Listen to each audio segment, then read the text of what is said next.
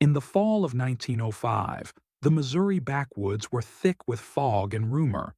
Tucked deep in Ozark Hollow, the pine forest was the livelihood of the men who worked it, men like Elias Boone, a broad-shouldered logger with eyes like cold river stone. Elias had been logging these hills since he was a boy. He loved the smell of pine sap, the crack of an axe splitting bark. But lately, something about the woods had changed. The men whispered about voices, strange cries echoing at dusk. Some said it was wind. Some said it was the souls of trees that didn't want to fall. But Elias heard something worse, a faint, trembling whisper one night as he walked home through the fog. It wasn't just sound. It was his name, soft, sorrowful, and echoing from the trees themselves. Eli, as Boone. He froze. The woods went dead silent. Not even the crickets sang. The next morning, Elias showed up to camp pale and quiet. The other loggers joked about it, until Tommy Griggs, the youngest of the crew, didn't show up for work. Tommy was just 18, cheerful, kind, and quick with a joke. He'd gone out early to mark trees near the creek and never came back. The men searched until dark. They found his hat by the stump line, and deep boot tracks leading into the woods where the ground sank to soft moss, then nothing. By the third day, the sheriff called off the search. Folks said maybe he ran off, maybe fell into the river. But Elias didn't believe that. He knew the boy loved these woods too much to run. And that night, as the moon rose like a ghost over the treetops, Elias heard the whisper again, louder this time. Elias, you shouldn't have. His blood went cold. Tommy's mother, Martha Griggs, came to the logging camp with a basket of bread and tear in her eyes. She begged the men not to keep cutting the trees near the creek. That land's cursed, she said softly. My boy said he heard the forest crying at night. Said it sounded sad, not mean, like it was warning him. Elias tried to comfort her, but her words gnawed at him. That evening he sat by the fire, staring into the embers. He thought about the old stories, how native tribes once said the trees kept memories, that their roots drank more than just water. They remembered sorrow. He told himself it was superstition. He told himself trees couldn't cry. But when he walked home that night, he swore the pine needles rustled in a rhythm, soft, mournful, and almost human. Elias began cutting near the creek again. Each swing of his axe echoed off the still water. Each crack of wood sounded too alive, too painful. The forest seemed to hold its breath. Then, as his axe bit deep into one particularly massive pine, sap bled out, thick and dark, almost like blood. He wiped his hands on his trousers, uneasy. Then he heard it again, not in the air this time, but from inside the trunk itself. Why'd you do it, Elias? He dropped his axe. The sound faded. The forest returned to silence. But when he stepped back, he saw something that made his chest tighten. Initials carved faintly into the bark. T.G. Tommy Griggs. Sheriff Darnell came back a week later after a hunter found scraps of a shirt near the creek. He said it matched what Tommy was wearing the day he vanished, but there was no body, only claw marks in the mud, or maybe axe marks, no one could tell. Rumors spread quick. Some said a bear took him. Others whispered about old sins buried in those woods. Elias kept quiet. But every night the whisper returned, sometimes calling his name, sometimes sobbing, sometimes singing. He hadn't told anyone, not even his wife. He started waking in the middle of the night drenched in sweat, hearing axes fall when none were swinging. One night, Elias dreamt he was standing in the forest again. The trees were taller than ever, reaching into clouds black as soot. He could hear them breathing. The sound of wind in their branches became words. Each tree turned slowly toward him, their trunks twisting like spines, their knots forming faces. Tommy's face was among them. "You didn't mean it, Elias. But you heard me crying, didn't you?" Elias woke screaming, his axe still clutched in his calloused hands. The window was open, the night air thick with fog, and in the distance a faint voice rose from the woods. "Eli?" As he didn't sleep again. Elias stopped going to church. He started drinking cheap whiskey from the general store.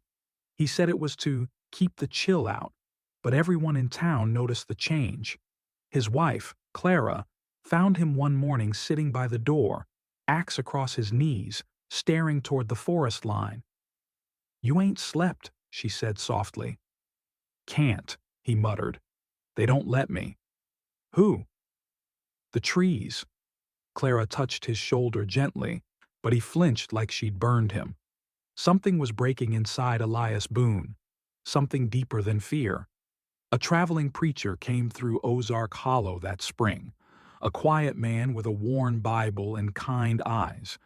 He called himself Reverend Pike, said he was walking from town to town, saving souls and listening to ghosts.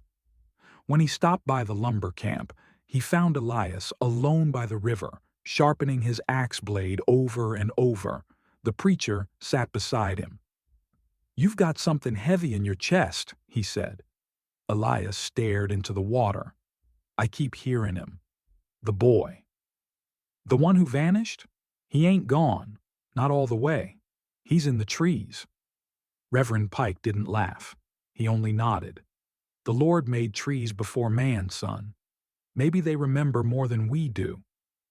That night, Elias prayed for the first time in months, but he wasn't sure who he was praying to. By early summer, it rained for 7 straight days. The forest swelled and groaned. Logs floated downriver like bones. The camp flooded. Most men left for town, but Elias stayed. He said he had unfinished business. On the 8th day, the rain stopped. Fog rolled low over the ground. Elias followed the creek to where Tommy's hat was first found. The soil there was soft again, and when he stepped close, he heard a single sob, clear as daylight. It came from under the roots of an old pine. He dropped to his knees, clawing at the mud, until he uncovered the rotten remnants of a boot. Then a bone. The sheriff came, the preacher, too. They dug until sunset. Beneath the roots, they found what was left of Tommy Griggs, his skeleton curled tight, like he'd been trapped alive under the falling tree. And lodged in his ribs was an axe head. Not an animal attack, not a fall. Someone had struck him. The sheriff looked at Elias with weary eyes. "This your work?" Elias couldn't speak. His hands trembled as he saw the handle still sticking from the earth, worn smooth by years of rot. He whispered, barely audible, "That was my axe." And in that moment, as thunder rolled in the distance, the trees swayed as if sighing, a long and sorrowful sound. The camp went quiet after the discovery. No one joked, no one sang.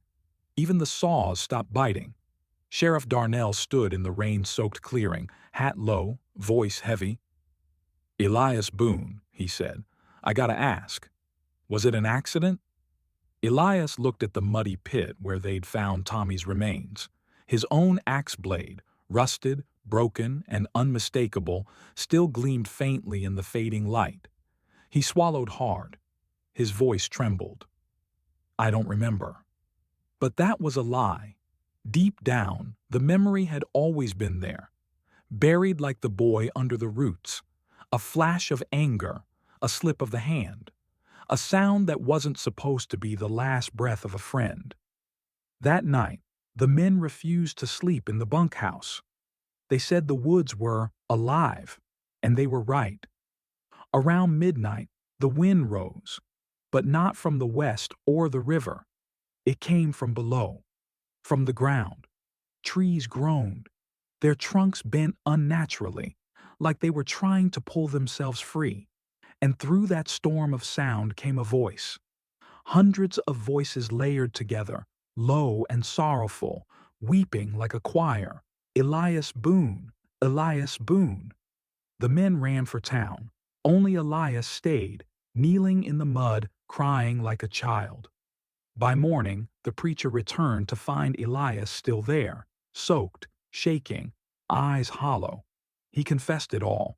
How Tommy had argued that day by the creek, how the boy had begged him not to fell a certain pine, how Elias, drunk and prideful, had swung his axe anyway, how Tommy had stepped forward at the wrong second and never screamed. The tree fell faster than I could run, Elias whispered. I buried him there. I told myself he was gone. But he weren't gone, Reverend. He was in the trees. Reverend Pike listened silently, rain dripping off his hat brim. The truth finds its roots, he said quietly, and when it grows tall enough, it cries your name. The sheriff came to take Elias in, but the townsfolk wouldn't let him hang. Let God and the woods settle it, said old Mrs. Griggs, Tommy's mother. She didn't hate Elias, she pitied him. That night, she left a candle burning at her window and said, The forest saw what you did. Go and make peace with it. So Elias did. He walked alone into Ozark Hollow, barefoot, no axe, no lantern. He didn't come back that night, but the next morning, the whole forest smelled of pine and rain, like it was breathing easier. They found his tracks leading deep into the hollow. Then they stopped, right where Tommy's grave had been unearthed. No blood, no struggle, just his hat, resting against the roots of a massive pine that hadn't been there the day before.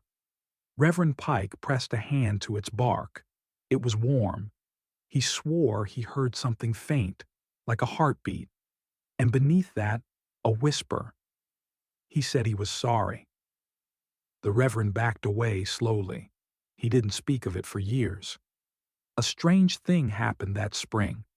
All through the cut lands, where stumps once dotted the hills, new saplings sprouted overnight, tall, strong, too many to count. The men said it wasn't natural, that no seeds had been planted. But Mrs. Griggs smiled. That's just the forest forgiving itself, she said. When folks asked her what she meant, she'd only nod toward the hollow and whisper, Elias is keeping the trees company. Years later, Reverend Pike wrote a letter to the county paper. He described what he'd seen in Ozark Hollow, how nature seemed to mourn, then heal. He ended the letter with words that would become local legend. Man cuts what he thinks he owns. But the forest remembers every blow, every sin, every kindness, and sometimes it answers back. The letter became part of Missouri folklore, the story of the logger who heard the trees, crying his name. In 1922, a traveler stopped by Ozark Hollow, a young man with the same stony eyes as Elias Boone. He said his name was Henry, Elias's only son. He'd been a child when his father vanished. His mother had died soon after, leaving him with questions. Locals led him to the hollow. The trees had grown impossibly tall, forming a green cathedral over the creek. Henry stood in the clearing and said quietly, Pa, if you're here, I forgive you. The breeze shifted, leaves rustled, and from the deepest part of the woods came a single sound, a low creak, like wood bowing in gratitude. Henry stayed until sunset. As he turned to leave, he noticed something carved into one of the oldest pines, faint, almost erased by time, EBNTG. Below it, a line carved shakily, Forgive what was taken, remember what remains. He touched the bark. It was damp, not with rain, but sap that shimmered golden in the dying light. When the wind passed through the branches, it made a sound not unlike a sigh or a lullaby. Henry closed his eyes, and for the first time in his life, he felt peace. Decades later, when loggers returned to the area, they refused to cut the trees near the old creek. They said their saws jammed there, their hands shook, and sometimes, on still nights, they heard someone whispering their name in the wind. Locals called it Boone's Grove, and no one dared disturb it. But travelers who stood quietly among those towering pines claimed to hear something gentle, not angry, not vengeful, just two voices, a man's and a boy's, speaking softly in the rhythm of the wind.